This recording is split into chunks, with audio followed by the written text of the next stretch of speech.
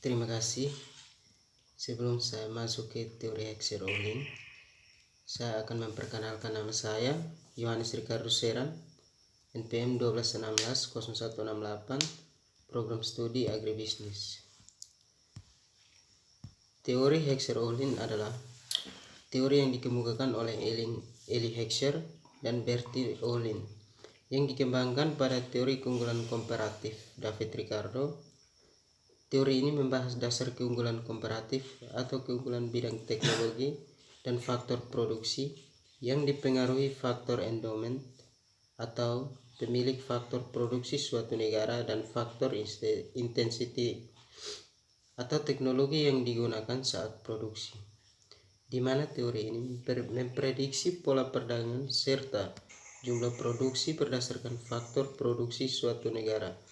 Teori ini juga menambahkan kelemahan teori klasik yang tidak menjelaskan adanya perbedaan produktivitas suatu negara, sehingga dikenal dengan deproportional factor teori. Teori yang dikenal dengan teori Heckscher-Ohlin ini memiliki dua kurva, yaitu yang pertama kurva isocost dan yang kedua kurva isoquant. Yang pertama, kurva isocost, yaitu kurva yang menggambarkan total biaya produksi yang sama, dan yang kedua kurva isoquant, yaitu kurva yang menggambarkan total produksi yang sama. Pada teori mikrokurva isocost akan bersinggungan dengan kurva isoquant pada titik optimum. Jadi, dengan biaya tertentu akan diperoleh produk maksimal atau biaya minimal akan menghasilkan jumlah produk tertentu.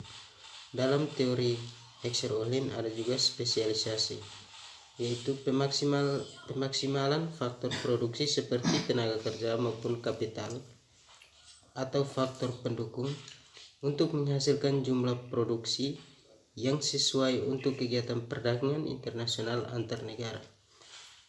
Dan sebuah negara yang kaya modal mengkhususkan diri dalam barang-barang padat, modal, dan ekspor mereka. Sementara negara berlimpah buruh mengkhususkan dari dalam barang-barang padat, karya, dan ekspor mereka.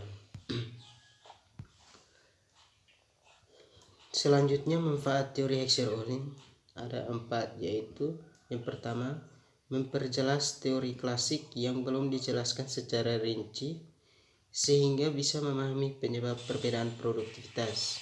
Dan yang kedua, dapat mengubah cara berpikir untuk lebih memaksimalkan adanya faktor produksi agar hasil produksi sesuai dalam kegiatan perdagangan internasional. Dan yang ketiga, cenderung untuk menciptakan ekspor barang dengan faktor produksi relatif melimpah secara intensif. Dan yang keempat, menciptakan harga barang yang sesuai dengan faktor produksi namun juga tetap bisa mempertimbangkan keuntungan dalam perdagangan internasional. Sekian dan terima kasih.